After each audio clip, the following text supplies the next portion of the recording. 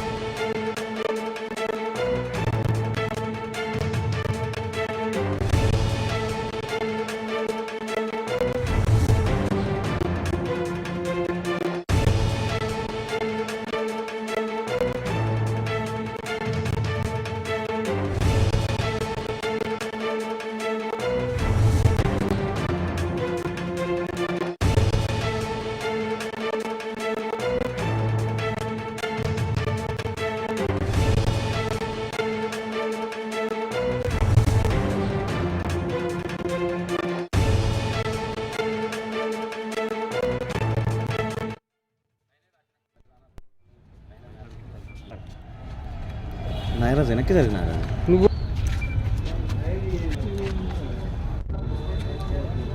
నా పేరు బాలాజీ అండి, ముఖ్య బాలాజీ, రఘునాథపాలెం మండల పార్టీ ప్రెసిడెంట్.